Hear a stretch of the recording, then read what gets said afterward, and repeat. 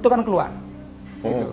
Jadi proses bagaimana sakaratul maut itu yang saya rasakan itu dari kaki. Ditarik dari kaki. Dan rasa sakitnya itu, sakaratul maut itu seperti badan kita ditebas atau diiris-iris dengan ratusan pedang. Ya Allah. Atau ini kan Idul Adha nih. Ya kita bayangin saja kambing itu dikulitin hidup-hidup. Ditarik semua kulitnya, itu rasanya seperti itu. Atau kita seperti parut yang pakunya panjang-panjang ditancepin tubuh kita terus ditarik seperti itu.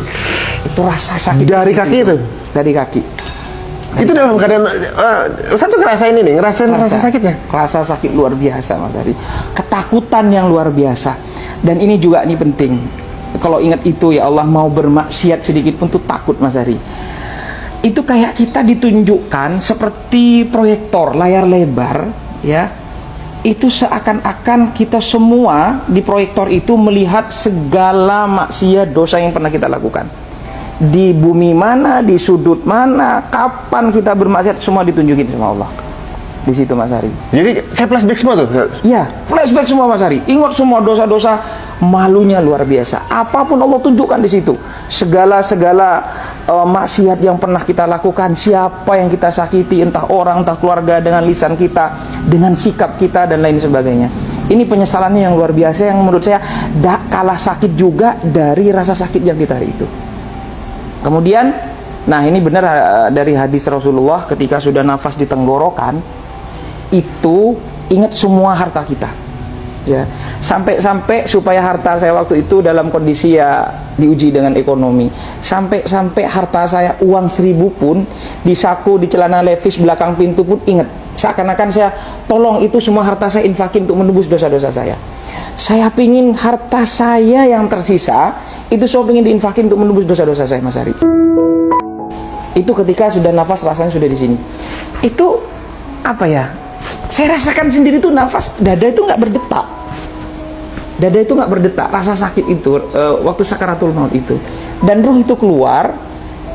Ketika keluar, saya seperti tertegun melihat jasad saya itu, badan saya itu kaku.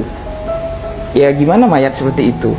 Nah itulah ternyata ketakutan itu bukan cuma ketika proses sakaratul maut, sampai ruh pun keluar, itu juga ada rasa ketakutan yang luar biasa. Nah ini nanti sebenarnya ini banyak kejadian Mas Ari, mungkin nggak cukup saya jelaskan 1 jam 2 jam, tidak akan cukup seperti ini. Ini persis sebelum saya mendirikan pesantren.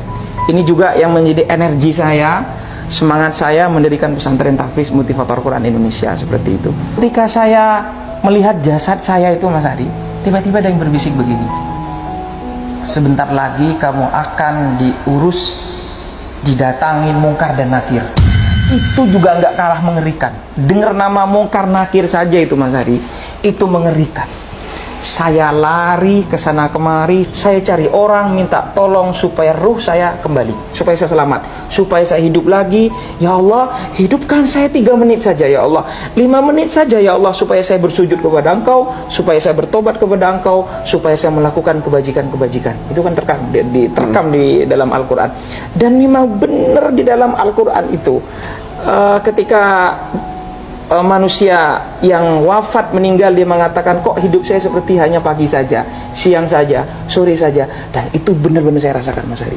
Nah disinilah ternyata orang kalau sudah wafat meninggal dunia, apalagi naudzubillah ada di neraka, itu tidak akan pernah putus asa, setiap detik menangis kepada Allah untuk balik ke dunia, untuk bertobat, untuk beribadah kepada Allah.